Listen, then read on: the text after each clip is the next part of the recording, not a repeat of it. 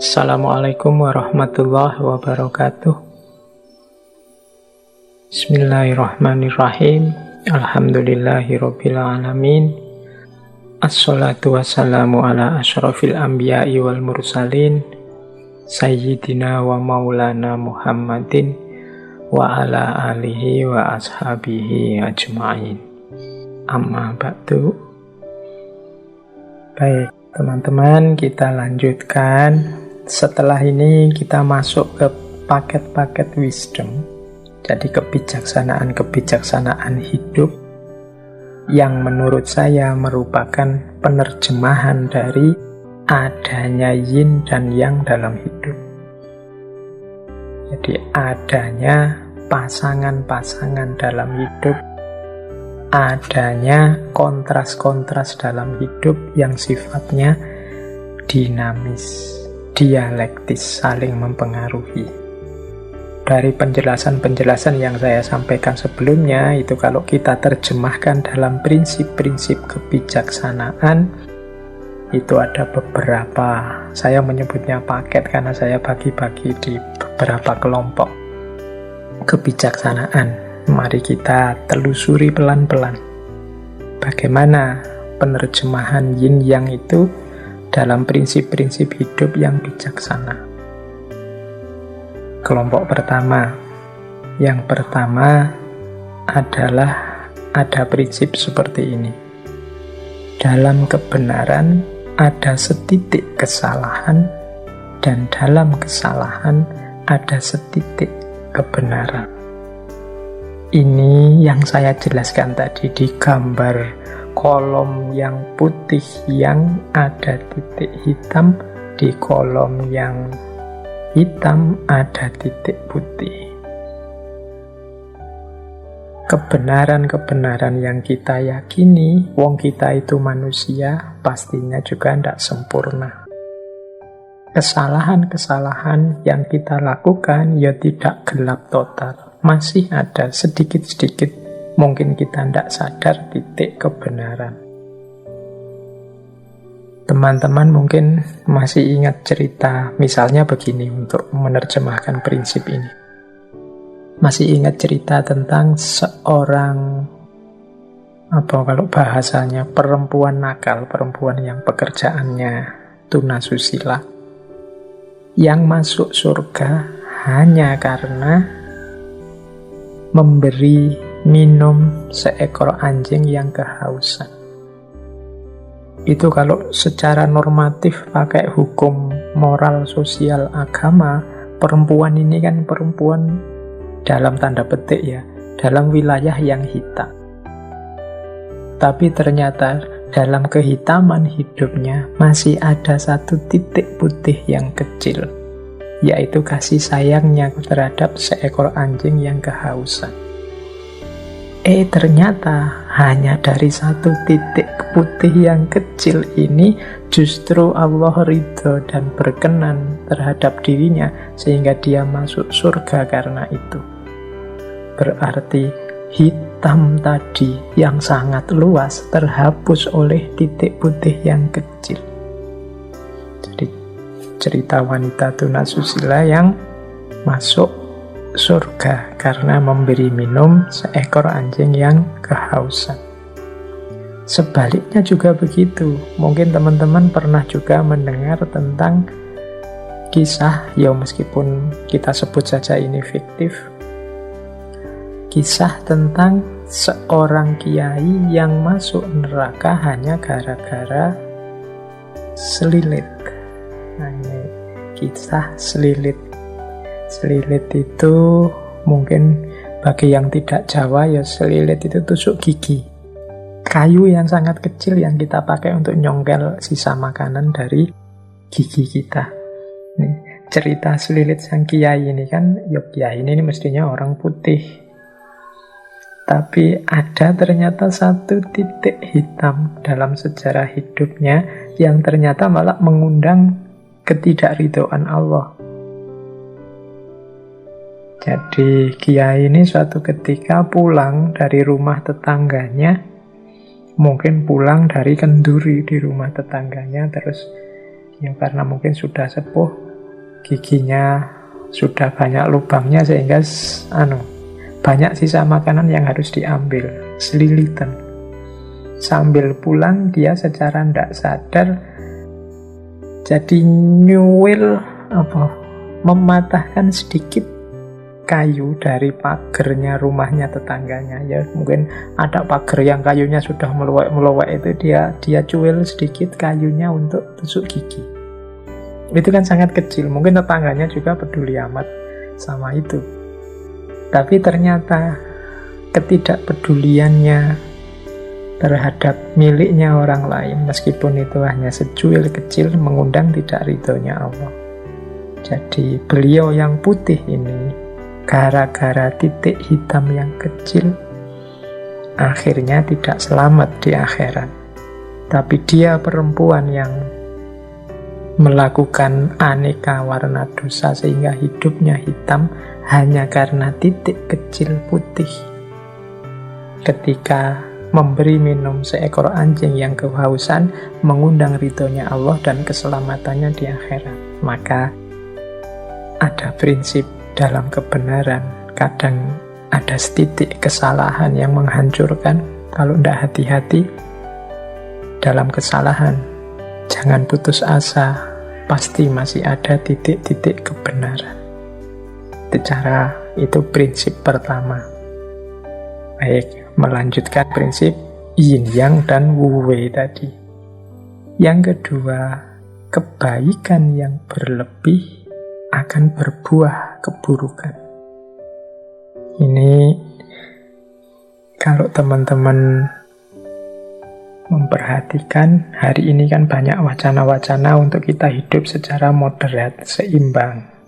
Dengan prinsip ini sebenarnya bahkan kebaikan pun harus kita jalankan secara seimbang, tidak berlebihan. Jadi baik, makan itu baik, tapi makan yang berlebihan jadi buruk. Sedekah itu baik, tapi sedekah yang berlebihan sampai tidak memperhatikan kebutuhannya sendiri, itu buruk. Jadi bahasanya Al-Quran, wala tusrifu, jangan berlebihan. Sholat itu baik, tapi sholat terus-terusan itu buruk. Ada cerita Rasulullah itu satu ketika kedatangan beberapa tamu, para sahabat. Saat itu Rasulullah tidak di rumah. Jadi tamu ini ditemui oleh istri beliau.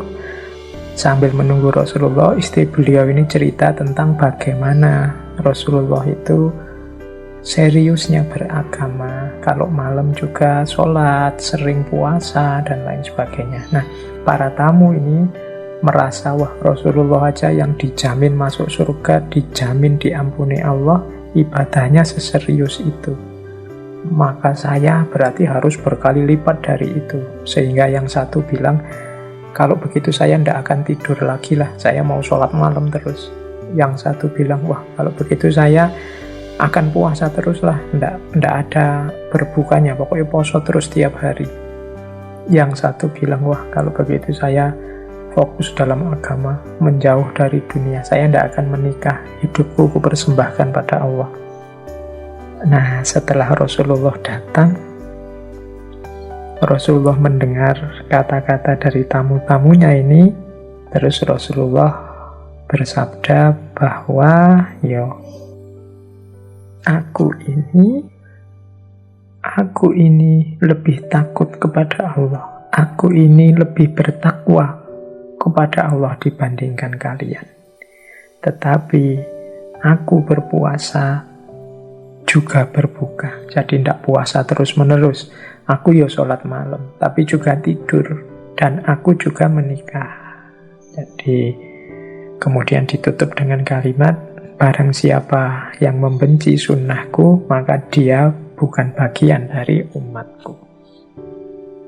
Nah, ini pandangan ini sesuai dengan prinsip tadi, kebaikan yang berlebih itu buruk. Jadi jangan ada kebaikan apapun yang overdosis. Buruknya di aspek overdosis itu, bukan aspek kebaikannya. Orang tua itu sayang pada anaknya wajar, tapi kalau Berlebihan menyayangi jadinya memanjakan.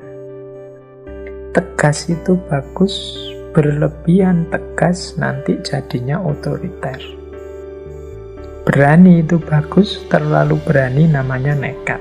Jadi semua yang berlebihan buahnya buruk.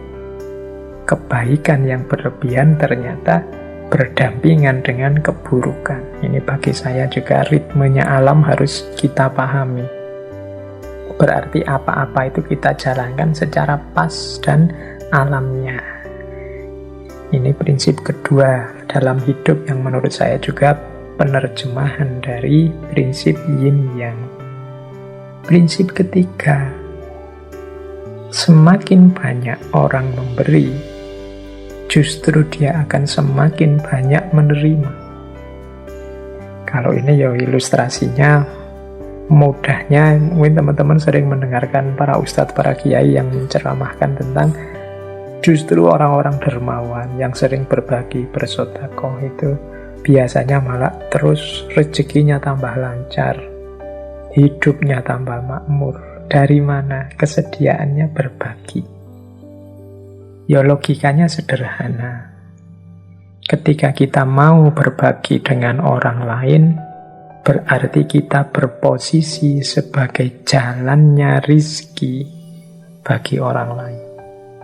Semakin kita membuka diri untuk jadi jalannya rizki bagi orang lain, semakin Allah akan menitipkan rizki-rizkinya orang lain itu lewat kita.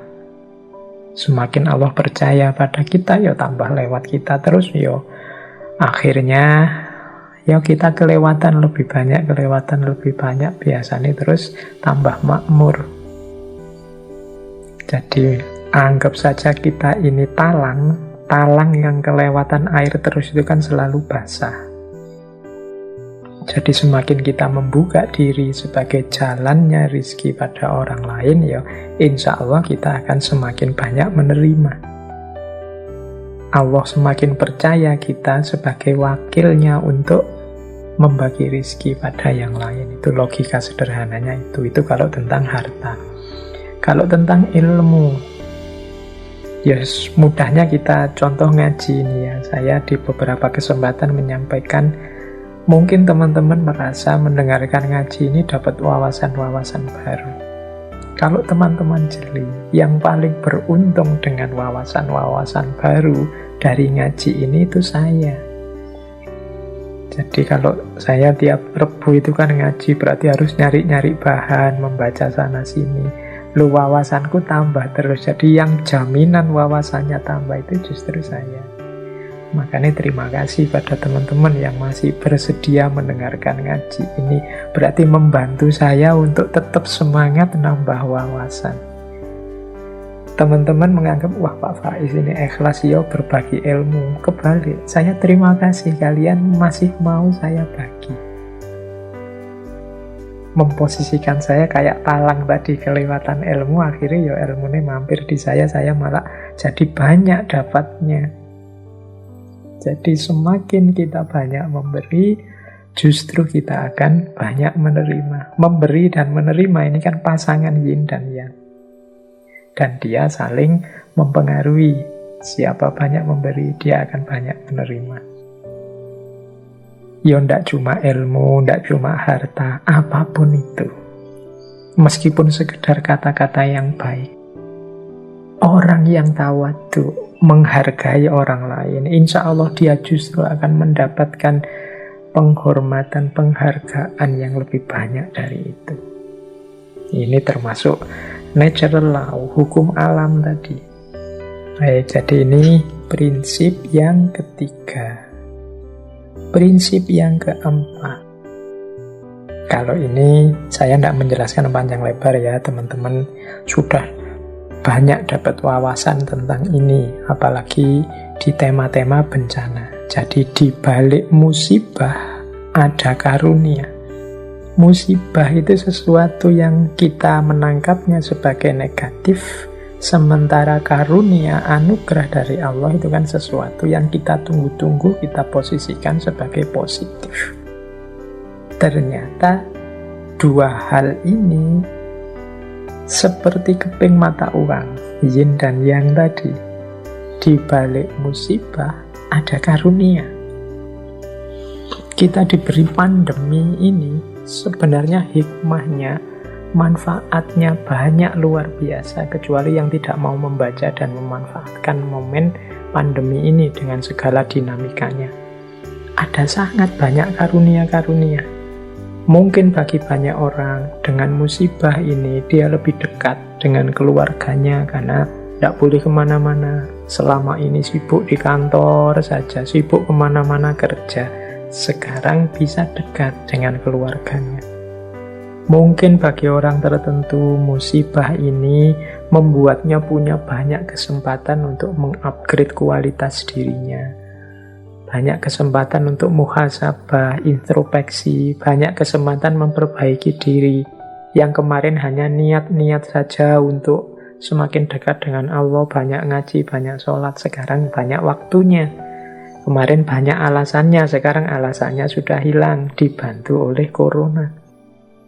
Banyak musibah yang membuahkan karunia. Dua hal yang seperti bertentangan ternyata hadirnya juga bersamaan. Ya wis, teman-teman sendiri yang bisa membaca ya, hikmah-hikmah apa dari musibah dan karunia. Mungkin kita pernah ngalami drop dalam hidup, tapi justru drop itu jadi titik balik kita bisa bangkit lagi secara luar biasa. Teman-teman bolehlah membaca kisah-kisah para CEO besar, kisah-kisah orang besar. Itu pasti ada momen-momen beliau jatuh sejatuh-jatuhnya, tapi justru momen itu jadi awal kebangkitan setinggi-tingginya. Di balik musibah ada karunia-karunia. Mungkin ada teman-teman yang kuliahnya sampai drop out, tapi justru karena drop out itu dia akhirnya hidup dengan tidak mengandalkan ijazah dan gelar, dan ternyata dia lebih sukses dari itu. Nah, itu juga ada, dan lain sebagainya. Jadi contoh-contoh bahwa musibah ternyata di balik itu ada karunia yang luar biasa, seolah-olah bertentangan, tapi kehadirannya beriringan.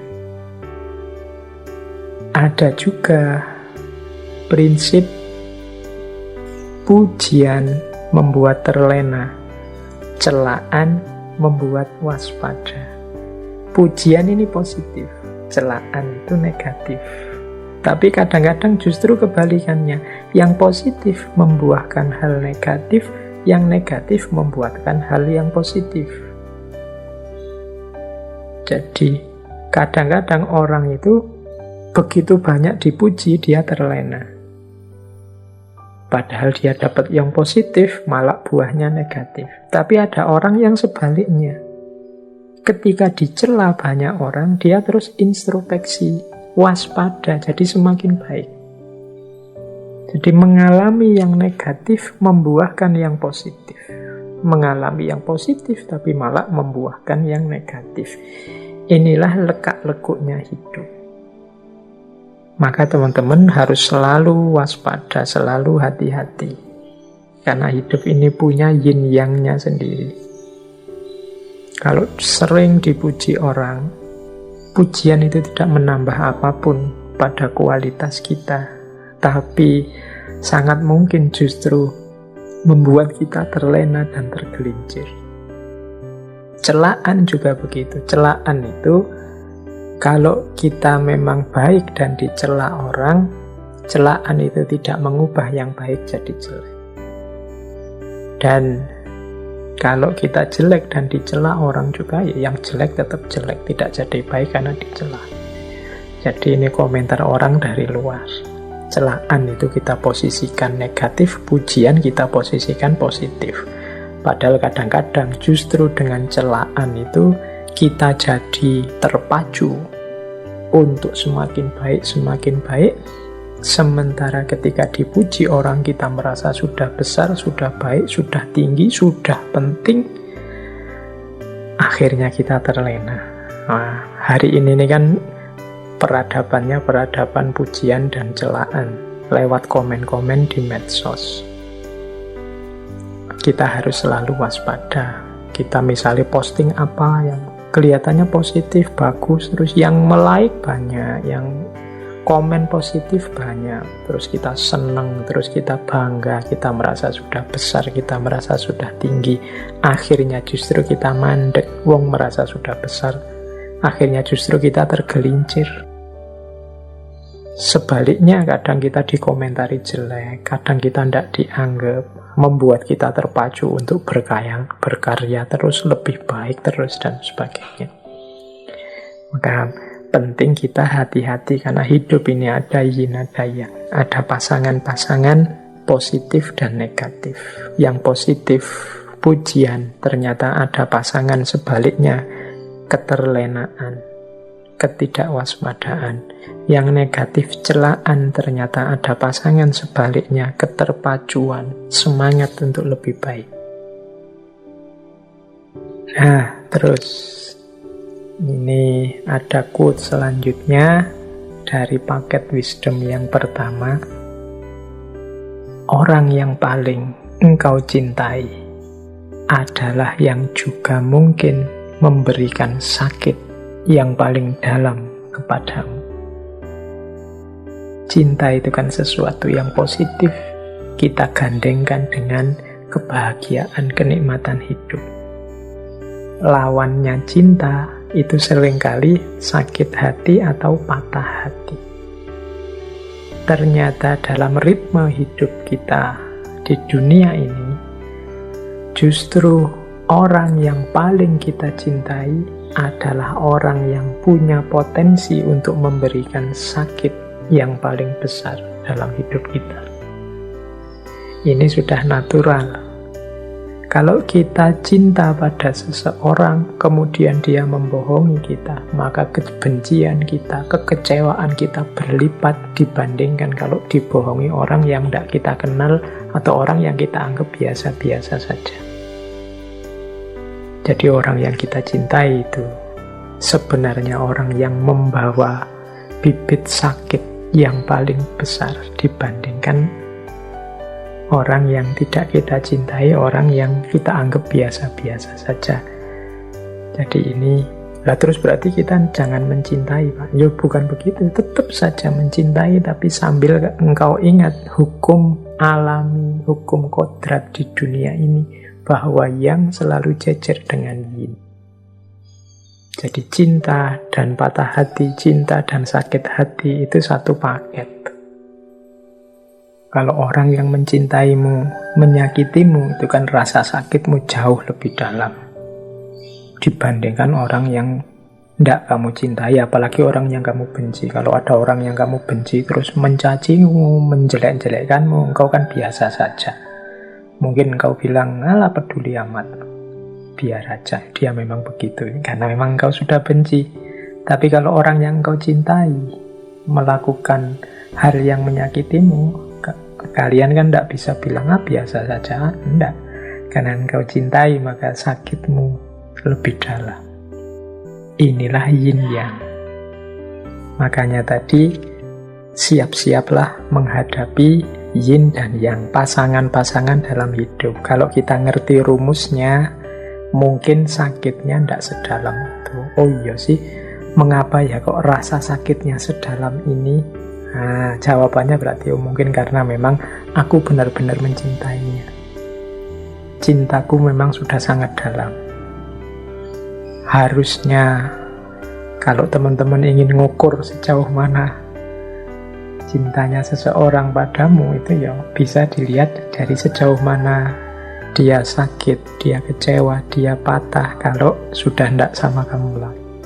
Karena logika yin-yang-nya itu, orang yang paling engkau cintai adalah juga orang yang mungkin memberikan rasa sakit yang paling sakit dalam diri.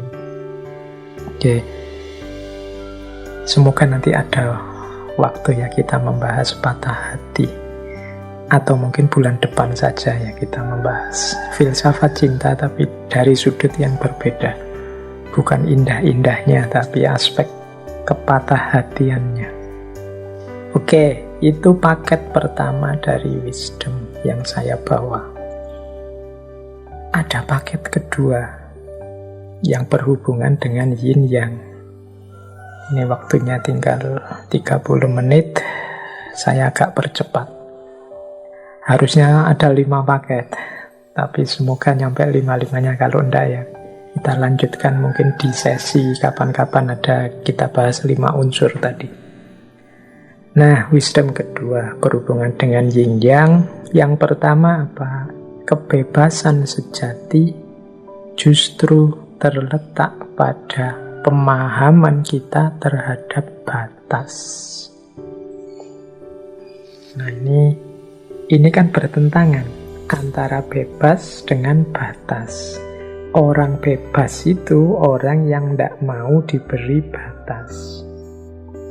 Tapi justru kalau mengikuti filosofi yin dan yang, kebebasan yang sejati itu kalau kita ngerti batas.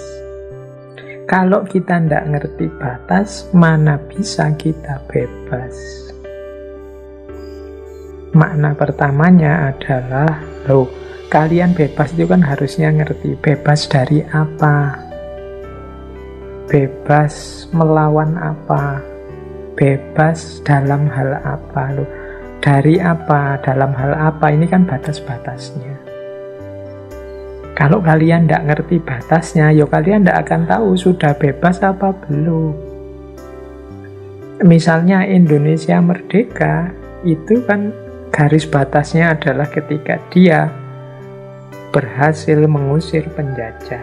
Nah, kalau penjajahnya sudah terusir, barulah kita bisa disebut bebas. Lalu batasnya kebebasan itu adalah terusirnya penjajah. Kita tahu, ketika penjajahnya sudah terusir, ini berarti aku sudah bebas.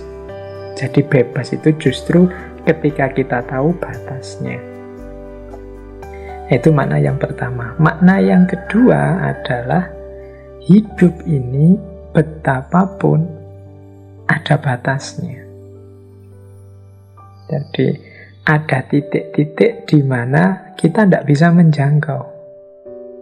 Maka silahkan mematok kebebasan, silahkan memancang ingin bebas, tapi harus sadar kekuatanmu sampai mana, kemampuanmu sampai apa, kebisaanmu sampai mana. Karena kalau tidak, justru kebebasan itu akan jadi belenggumu. Misalnya, saya bercita-cita untuk punya hotel sampai tingkat 100 misalnya. Itu kan, itu hakmu bebas memancang itu.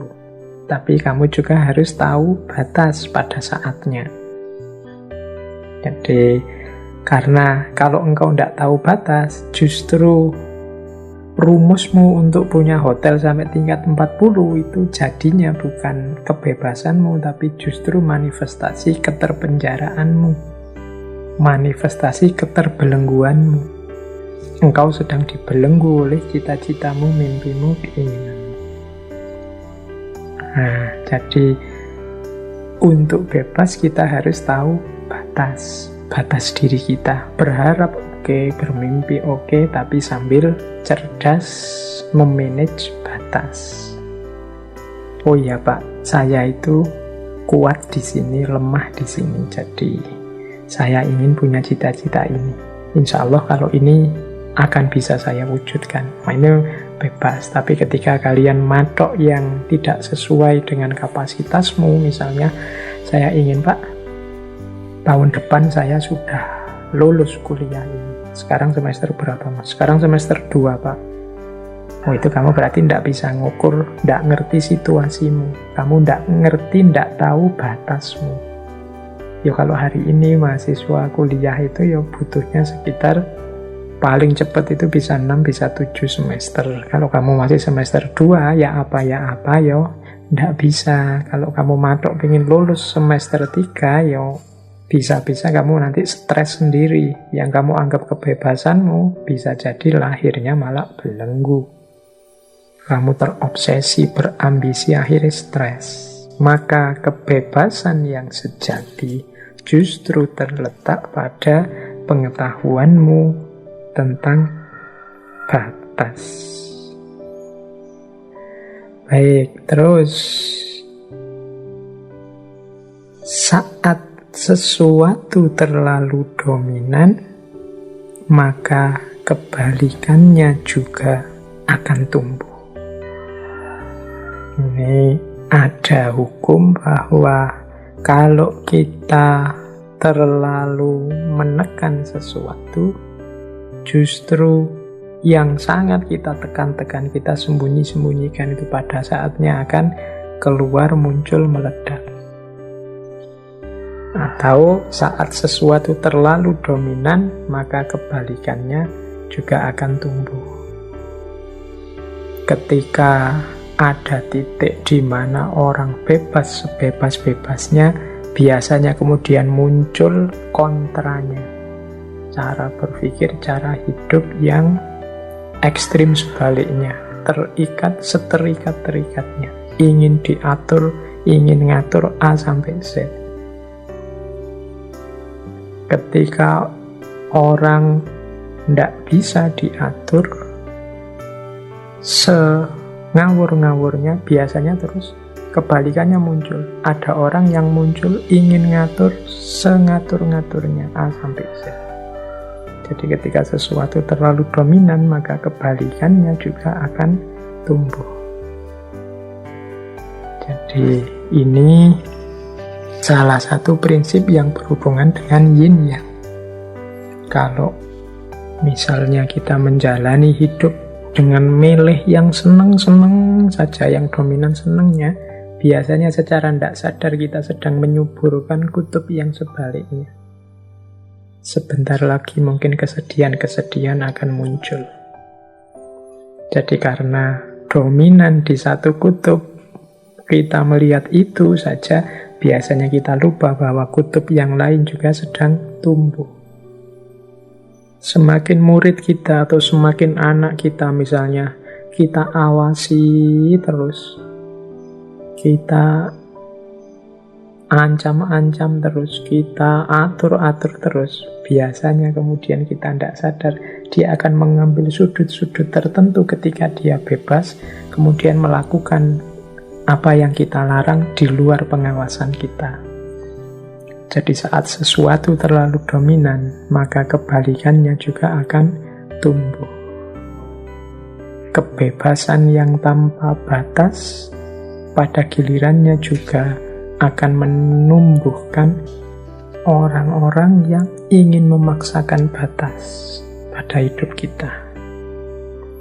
Ini prinsip yang juga modelnya adalah yin dan yang. Kemudian semakin besar harapan, semakin besar ketakutan. Nah, ini prinsip yin yang juga. Jadi, makanya harapan itu jangan berlebihan, karena di balik harapan yang berlebihan tersembunyi ketakutan-ketakutan yang berlebihan. Sebaliknya juga begitu. Jadi kalau kita punya harapan, Pak, saya ingin ini, saya ingin itu, saya ingin ini, saya banyak sekali keinginan kita. Di balik harapan itu kan sebenarnya ada ketakutan-ketakutan. Pak, saya ingin lulus cepat, Pak. Itu di balik itu ada ketakutan, gimana kalau kuliahku tidak selesai-selesai. Pak, saya ingin segera menikah, Pak. Itu di balik itu ada diam-diam engkau takut, khawatir saya kalau tidak dapat calon gimana ya. Jadi semakin banyak harapan, semakin besar harapan, semakin di balik itu ada ketakutan-ketakutan. Saya ingin Indonesia ini tidak lama lagi jaya jadi negara nomor 1 di dunia.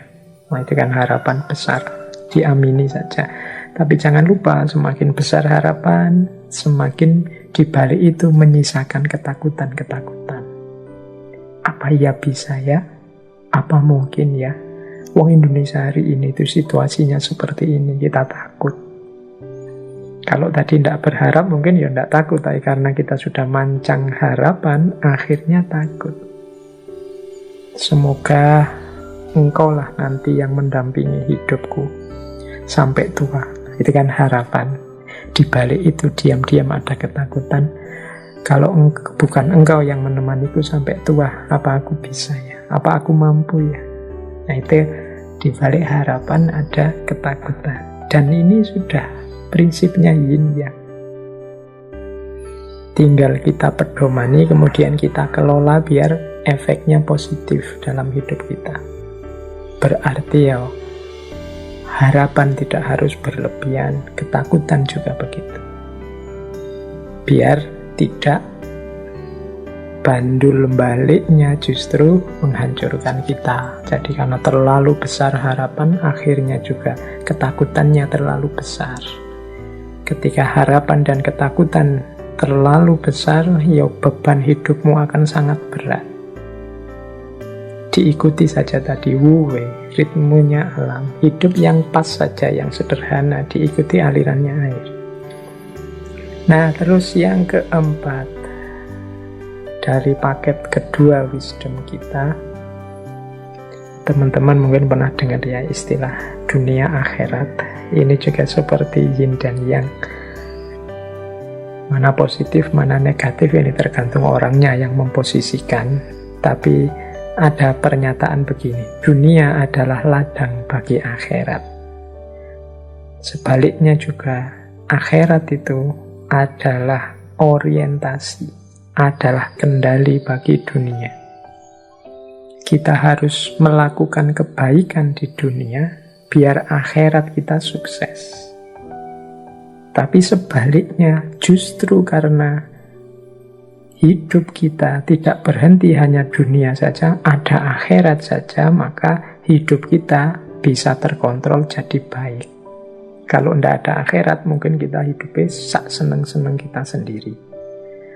Loh, itu sebenarnya yang menentukan itu dunianya apa akhiratnya? Nah ini kalau pakai logika yin yang, ya baik dunia maupun akhirat, itu dua-duanya saling berpengaruh, saling menentukan. Dalam kehidupan dunia ada kandungan ukhrawi akhirat, kemudian dalam perjalanan kita berorientasi pada akhirat, kita perlu dunia. Dunia adalah ladang akhirat, berarti kalau kita mengurusi dunia agar beres, bukan berarti kita melupakan akhirat. Karena beresnya dunia berarti beresnya perjalanan kita menuju akhirat. Demikian juga kalau kita ingin dunia kita baik, berarti kita butuh orientasi, kita butuh kendali dari adanya kehidupan akhirat. Jadi ini saling mendukung. Sukses kita di dunia adalah sukses akhirat. Keberhasilan kita berorientasi pada akhirat, pada akhirnya akan membuat dunia kita baik. Ini yang saya sebut saling mempengaruhi, saling mendukung. Kan ada pak orang itu yang menghancurkan dunianya demi akhiratnya. Yang mungkin perlu dilihat yang disebut menghancurkan itu. Menghancurkan itu berarti tidak mau sama sekali dunia, menyiksa diri, tidak beres kehidupan dunianya, tidak apa-apa, yang penting akhiratnya. Kembali pada tadi, dan tadi saya menceritakan bagaimana Rasulullah mengkritik sahabat-sahabatnya yang ingin meninggalkan dunia demi akhirat. Satu ketika Rasulullah ini juga masuk ke dalam masjid. Di dalam masjid, beliau melihat ada tali yang diikat di antara dua tiang. Terus Rasulullah bertanya, ini tali apa? Seorang sahabat menjawab, oh itu tali miliknya Zainab Rasulullah.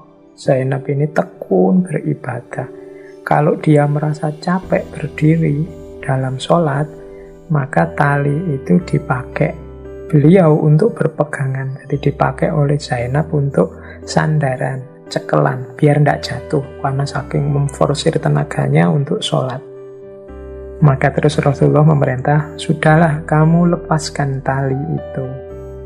Hendaklah kalian sholat dalam keadaan yang bugar, yang sehat. Kalau sudah lelah, maka sebaiknya ya istirahat, tidur.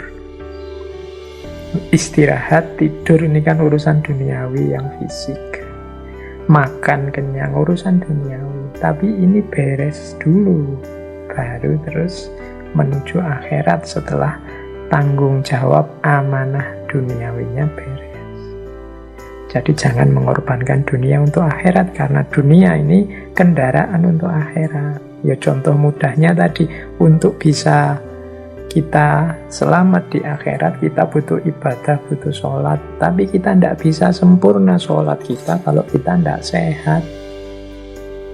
Kalau kita tidak nyaman hidup kita, tidak tenang hidup kita, maka kita bereskan dulu yang dunia. Ini menghadapi pandemi juga begitu.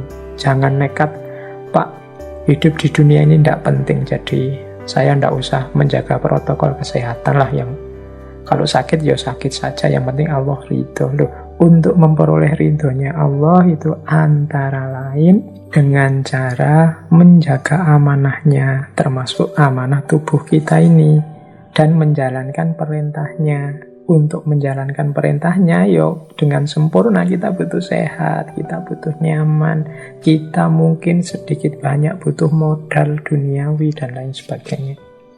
Jadi dunia adalah ladangnya akhirat, dan akhirat adalah sebagai kendali dan orientasi untuk dunia. Baik, saya lanjutkan. Ada paket ketiga. Nah, paket ketiga dari kebijaksanaan yang menerjemahkan prinsip yin yang ini. Paket ketiga yang pertama mungkin teman-teman pernah dengar ya. Kalau ini tidak saya jelaskan panjang lebar. Semakin aku banyak ilmu, semakin aku tidak tahu apa-apa. Nah, ini teorinya antara lain dari Socrates. Jadi semakin orang ilmunya banyak, dia akan semakin tidak tahu apa-apa. Kita sering menganalogikannya dengan padi. Padi itu semakin tua kan semakin berat, dia semakin menunduk. Jangan lupa, prinsip ini kan yin yang. Jadi semakin orang tahu, itu yang. Semakin dia tidak tahu, yin. Tahu dan tidak tahu ini bertentangan kan, tapi ternyata juga satu paket. Orang pinter itu kalau dia sadar tentang ilmunya, pasti dia menunduk. Bukan kok terus direkayasa biar menunduk atau dipaksa dirinya biar menunduk. Karena belajar orang harus tawaduk terus memaksa dirinya tawaduk. Enggak.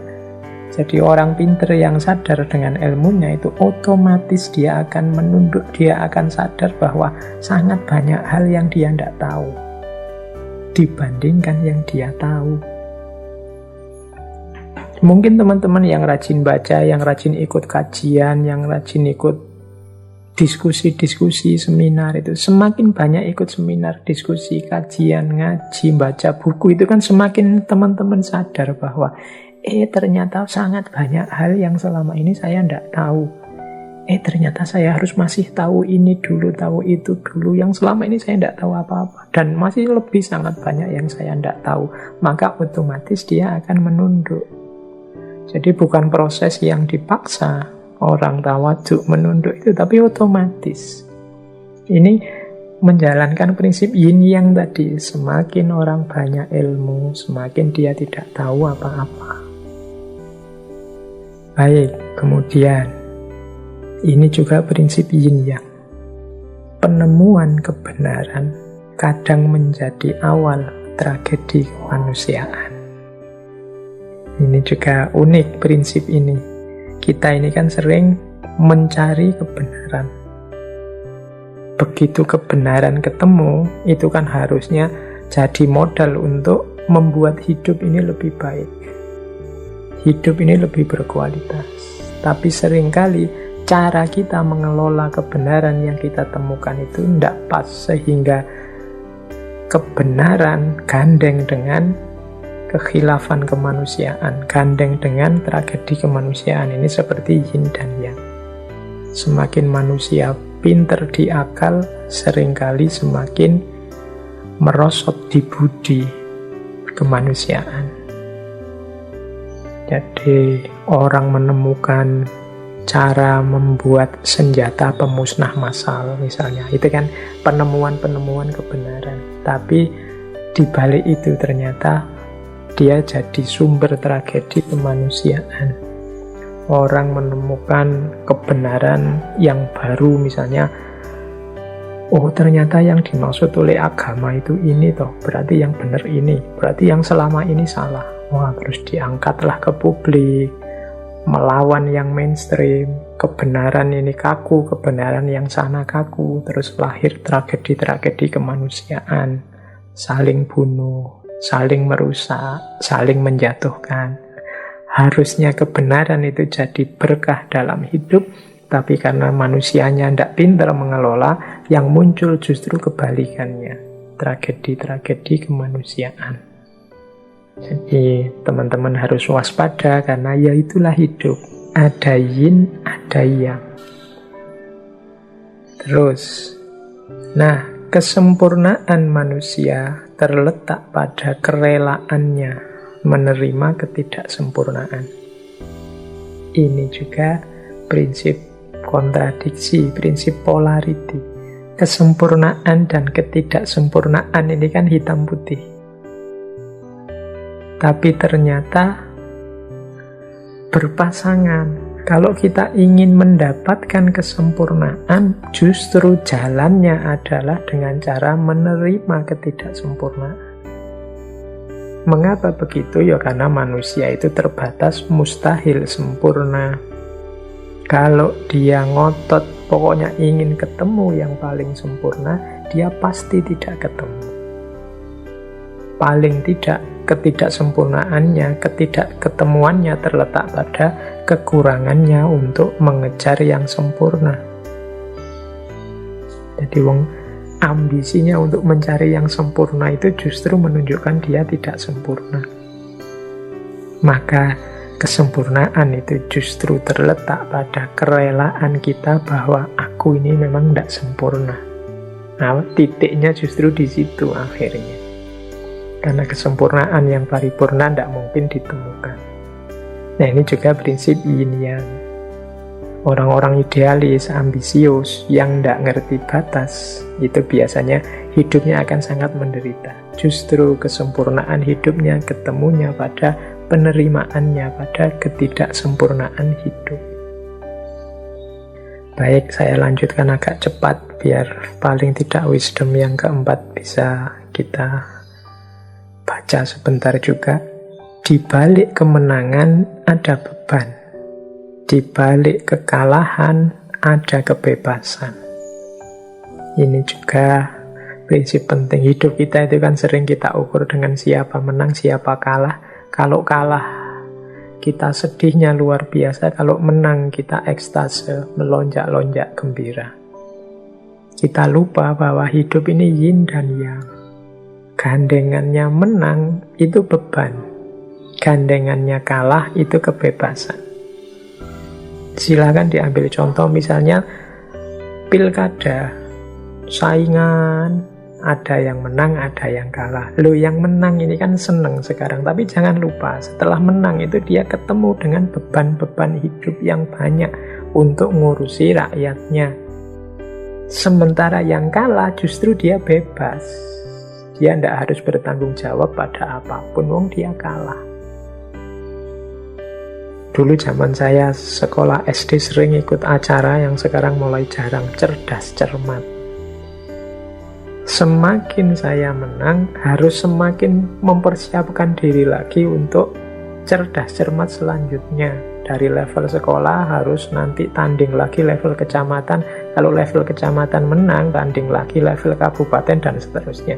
Di balik kemenangan ada beban. Tapi kalau saya kalah, ya selesai. Bebas, aku bisa main, bisa santai-santai. Jadi di balik kemenangan ada beban, di balik kekalahan ada kebebasan. Yang kalah tidak akan ditanya, tidak akan dimintai pertanggungjawaban, tapi yang menang harus menuntaskan, mempertanggungjawabkan beban yang harus dia sanda. Jadi ini prinsip yin yang juga, teman-teman. Jadi kalau berarti apa? Yo, kalau menang Tidak harus jumawa, tidak harus merasa besar, merasa gembira yang berlebihan. Jangan lupa setelah itu ada beban dan tanggung jawab yang harus ditunaikan. Sementara yang kalah, jangan terlalu sedih. Bahkan mungkin kalau melihat bahwa engkau sekarang bebas, itu mungkin alhamdulillah, bersyukur. Sekarang tidak ada tanggung jawab lagi, tidak ada beban apa-apa lagi. Sudah terlanjur kalah. Kalian misalnya yang kuliah, lulus tercepat, terbaik, menang kalian. Tapi jangan lupa di balik kemenangan itu ada sudut sisi kebalikannya. Di situ ada beban tanggung jawab. Sementara kalian yang mungkin kuliahnya gagal, kena DO atau dipecat oleh kampusnya, ini kan sebentuk kekalahan. Tapi justru setelah itu kan kamu bebas. Tidak ada lagi dikejar-kejar dosen, tidak ada lagi tugas macam-macam, tidak ada lagi tuntutan macam-macam dari kampusmu. Di balik kekalahan ada kebebasan, yang menang ada beban, dia harus melakukan ini, melakukan itu. Khawatir nanti kalau orang itu kan lulusan terbaik, kok kayak gitu. Kamu dulu IP paling tinggi, sekarang kerjaannya cuma itu, dan lain sebagainya. Nah, itulah hidup. Maka luweslah, terbukalah. Tidak usah terlalu kaget dengan dinamika-dinamika hidup yang macam-macam tadi. Ternyata di balik yang menang ada beban, di balik kekalahan ada kebebasan. Nah, kita lanjutkan lagi. Sekarang kelompok wisdom yang keempat. Ini saya tidak sangat detail menjelaskan filosofi yin yang ini secara historis. Saya tarik saja langsung ke arah kebijaksanaan, prinsip-prinsip hidup, wisdom. Bagi teman-teman yang ingin membaca lebih detail bagaimana manifestasi yin yang dalam ranah pengobatan atau ranah tenaga dalam atau tata hidup, cara makan, menu, dan macam-macam itu ya monggo dijelajah di banyak referensi. Saya mengambil bagian-bagian yang sekiranya lebih universal sifatnya dari prinsip yin yang ini. Baik, kita lanjutkan kelompok wisdom selanjutnya. Kebahagiaan itu lahir saat kita tidak lagi menginginkan kebahagiaan. Ini unik ya, seperti kesempurnaan tadi. Kesempurnaan itu muncul saat kita menerima ketidaksempurnaan. Bahagia juga begitu. Begitu kita tidak mengejar-ngejar kebahagiaan, saat itu juga kita bahagia. Berarti apa? Kita tidak mengejar lagi. Kita menikmati saja apa yang kita nikmati, apa yang kita punya sekarang. Berarti kebahagiaan itu justru ketika tidak dicari, dia datang dalam hidup kita. Tapi ketika kita kejar-kejar, kita cari-cari, menunjukkan justru kita tidak bahagia. Jadi bahagia itu tidak usah menunggu besok, tidak usah diberi parameter macam-macam. Ketika kita beri ukuran macam-macam, justru nanti sebenarnya menunjukkan kita belum atau tidak bahagia. Orang yang merasa tidak bahagia padahal seharusnya dia sudah bahagia dengan situasi hidupnya saat ini, ya bisa dikatakan dia ini tidak bersyukur. Hari ini mungkin kita banyak sekali kesulitan-kesulitan karena bencana, karena macam-macam. Maka kita punya mimpi-mimpi, wah seandainya bencana ini selesai aku akan bahagia, seandainya banjir ini surut aku akan bahagia. Jadi masih nunggu besok, nanti banjirnya surut, kita punya target lagi, wah ini kalau ada yang bantu bersih-bersih rumah setelah banjir ini, wah aku lebih bahagia lagi. Nanti begitu bersih-bersih selesai, nanti ada meja kursinya yang rusak, perabotannya rusak, wah ini seandainya punya uang untuk beli perabotan yang baru, aku akan bahagia.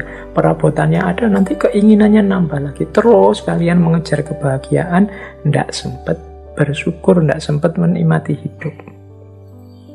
Kebahagiaan dan menikmati hidup itu bisa sejak sekarang kita rasakan. Sejak sekarang kita nikmati di level kita masing-masing. Jadi mungkin ada teman-teman sebagian sekarang yang di tenda-tenda, di pengungsian. Ada sangat banyak kesulitan, saya tahu. Tapi bukan berarti itu alasan untuk kita tidak bahagia. Banyak sudut-sudut, banyak titik-titik yang bisa kita syukuri. Misalnya sedikit mendapat bantuan. Mungkin bukan besarnya bantuan, tapi nilai kepeduliannya. Alhamdulillah masih ada saudara-saudaraku yang peduli padaku. Saya kira kemarin aku ini orang yang tidak penting, ternyata banyak juga yang bantu. Seluruh Indonesia bantuan mengalir. Jadi ini hal-hal yang perlu disyukuri. Kemarin sama tetangga aku itu tidak saling kenal, tidak saling sapa, jarang sekali bertemu. Sekarang di pengungsian bisa bareng-bareng, saling bertukar rasa, saling menjalin keakraban dan lain sebagainya. Jadi ya meskipun tetap berjuang untuk memperbaiki situasi, tapi bukan alasan untuk tidak bahagia. Karena kebahagiaan itu terjadi saat kita tidak lagi menginginkan kebahagiaan. Kemudian prinsip yin yang juga ada prinsip untuk menghindari rasa sakit. Banyak orang yang merasakan sakit. Ya saya ilustrasikan sebentar saja ya, karena waktunya mau habis. Misalnya karena kita salah pola hidup kita selama ini, akhirnya kolesterol kita naik. Akhirnya kita tidak makan makanan-makanan yang mengandung kolesterol. Nah, ini kan siksaan, rasa sakit. Tapi kita lakukan justru untuk menghindari rasa sakit yang lain, yang lebih besar, yang lebih fatal. Untuk menghindari terpaan virus corona, kita membatasi hidup di dalam rumah. Ini kan menyakitkan, tidak bisa keluar-keluar. Tapi dengan itu kita terhindar dari sakit yang lebih fatal. Nah, terus prinsip, semoga itu sudah bisa ditangkap.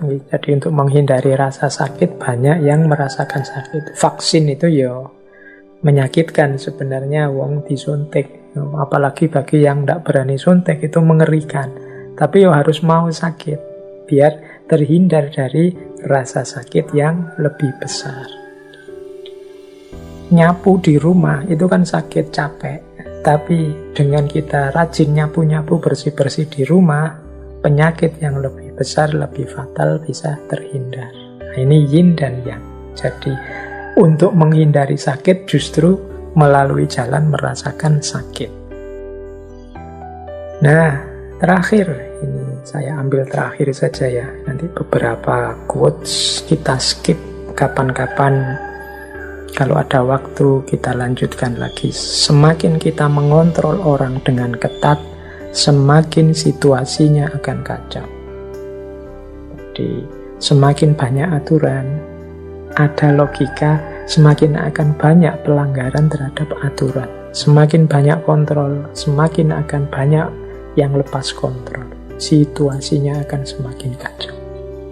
Orang itu lebih mudah kalau ditata dengan membangkitkan kesadarannya dibandingkan dengan dipaksa melalui aturan-aturan. Tapi kadang-kadang memang di level ketidaksadaran perlu aturan dan pemaksaan. Tapi kadang-kadang terlalu banyak aturan, terlalu ketat dengan aturan, semakin besar potensi kekacauan yang terjadi. Ini juga prinsip yin yang. Baik teman-teman, saya kira waktunya ya. Saya masih ada sebenarnya, misalnya kalau kita sambungkan yin yang ini dengan kebijaksanaan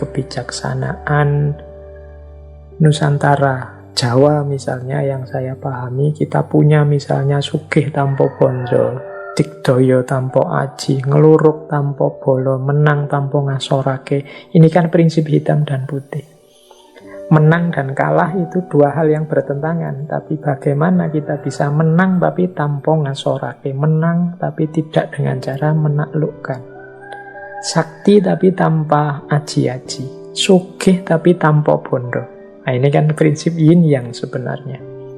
Atau orang Jawa yang bilang, wani ngalah itu luhur wekasane. Orang yang mengalah itu justru dia akan yang naik dan mulia. Oh, ini prinsip yang perlu dijelaskan panjang lebar.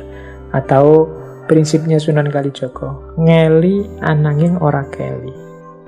Jadi ikut arus tapi tidak hanyut. Nah, ini bagi saya tetap semacam yin yang.